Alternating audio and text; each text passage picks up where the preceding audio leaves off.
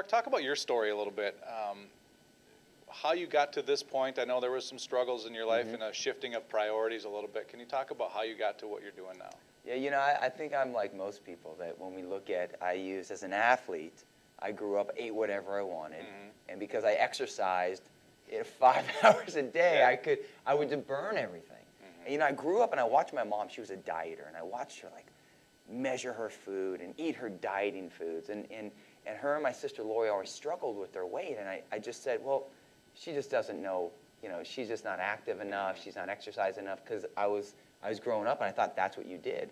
And the moment I stopped playing soccer in college, kept eating poorly. I went on the pizza diet where I'd eat pizza every single day with my ice cream, and I put on 60 pounds in 6 months. And it connected with me where my mom, she was doing all this work, and it was just, she never really understood what to do, and I freaked out like she did, and I went on a crash course diet, cut my calories, cut my carbs, got down to 4% body fat in 4 months, and I lived as a fitness model in LA for 4 years, looking amazing and feeling horrible. So I'm sitting here as a nutritionist and kinesiologist. I have all the education, but I don't understand food. You know, as an athlete, I used exercise to stay lean. As a dieter, I used, as a fitness model, I used dieting to stay lean. And I said, there should just be a better way. Why can't you eat the food you love and still get the results that you want? And that's when I really went back to the science of looked at blood sugar, about really simply, rather than you using food to lose weight, you use it to create hormonal balance by eating in threes. Every 3 hours, a balance of protein, fat, carbohydrates. That stabilizes your blood sugar, balances your hormone, and releases your stored fat. Big picture, how did the country get to where we are now with an obesity epidemic? You talked about your situation, and then everybody at that age in college goes on the pizza diet. I mean, we've all done that. But, you know, big picture, why are we in so much trouble? Lack of understanding.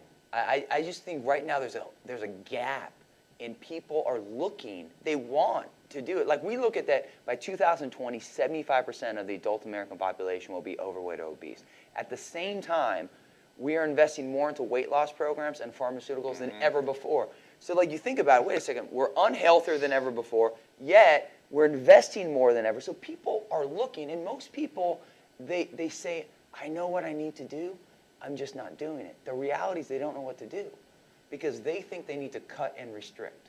Because the average dieter buys a new diet book every 90 days. So, you know, they hit the tipping point where their pants are too heavy, the scale's too high, they suck it up, they restrict, they lose the weight, and then life pushes back. They never really learn how to make food work for them. And when you understand food, and you understand how to balance your blood sugar, you can eat anywhere, any place, anytime. You take back control. I just think that's what we have to do. We have to shift our mindset and understand that food and your nutrition needs to become a part of your life, just like being married, just like raising children. It takes work, and it's worth it.